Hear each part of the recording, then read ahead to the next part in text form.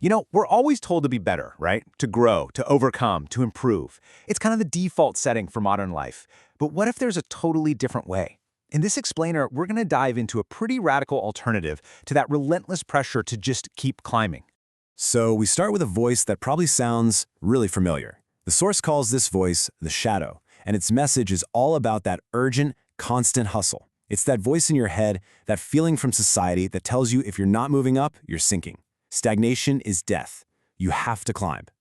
And then, bam, the whole idea gets flipped on its head with this one question. What if that whole struggle to climb is just wrong? What if the real goal isn't up, but down? This really sets the stage for a major philosophical battle.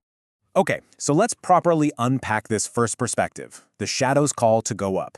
This is the whole philosophy of self-overcoming, and it's a concept a lot of us live by, maybe without even putting a name to it.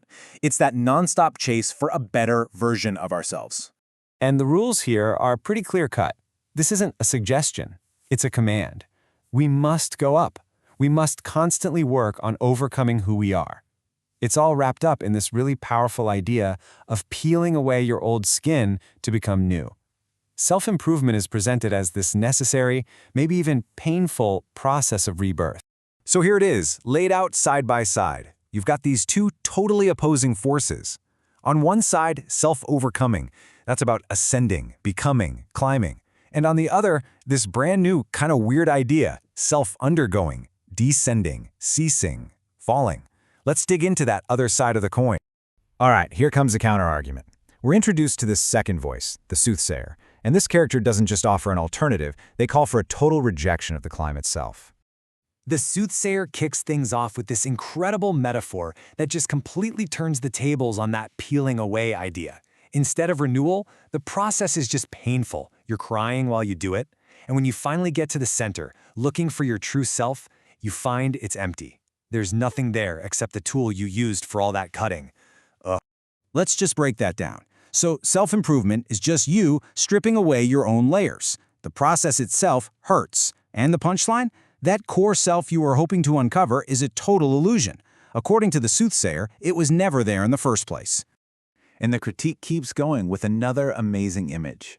Okay, let's say you actually make it. You reach the absolute peak of self-overcoming. What do you even find there? A tiny, fragile point. It's like trying to stand on the tip of a needle. You're too heavy. You can't possibly stay there. The goal itself is a trap. This brings us to the absolute core concept of this whole thing. Sovereign Untergang. Now, Untergang is a German word that means something like downfall or going under. But the key word here, the one that changes everything, is sovereign. This isn't about failing by accident. This is a conscious, willful, even powerful choice to go down. This is self-undergoing. Now, I know what you're thinking. This sounds pretty dark, right? But the soothsayer doesn't frame this as a tragedy at all. It's pitched as a form of liberation. It's about finding this incredible freedom, not in the constant struggle, but in the final surrender, in the fall itself. This basically redefines what it even means to be a hero. The old hero? That's the camel who just keeps taking on more and more weight, enduring everything. But the new hero? That's the camel who finally realizes the load is too much, stops asking for more, and just lies down in the sand. It's an act of what you might call radical acceptance. I mean, this line just says it all, doesn't it?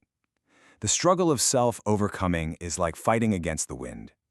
The freedom of self-undergoing is to just stop fighting and let yourself become the dust that the wind carries. It's a huge shift from active resistance to just being. And this all leads to a final, really stark comparison. That endless project of becoming a better you, it's not some noble quest. It's a chore. And the alternative, the act of ceasing, of letting go, well, that's presented as the ultimate gift. And so, this whole thing leaves us at a crossroads. We've been presented with two completely different ways to live, and it's framed as a choice that is ultimately ours to make. It's your sovereign choice. Do you keep up the struggle of the climb, or do you accept the abyss? And we're left with this one last, provocative, and honestly pretty unsettling question from the soothsayer. It challenges every single one of us to really look at why we strive so hard. Is the climb actually worth all the effort? Or is there a different kind of peace to be found in just letting go? And that's an answer that is left for each of us to figure out.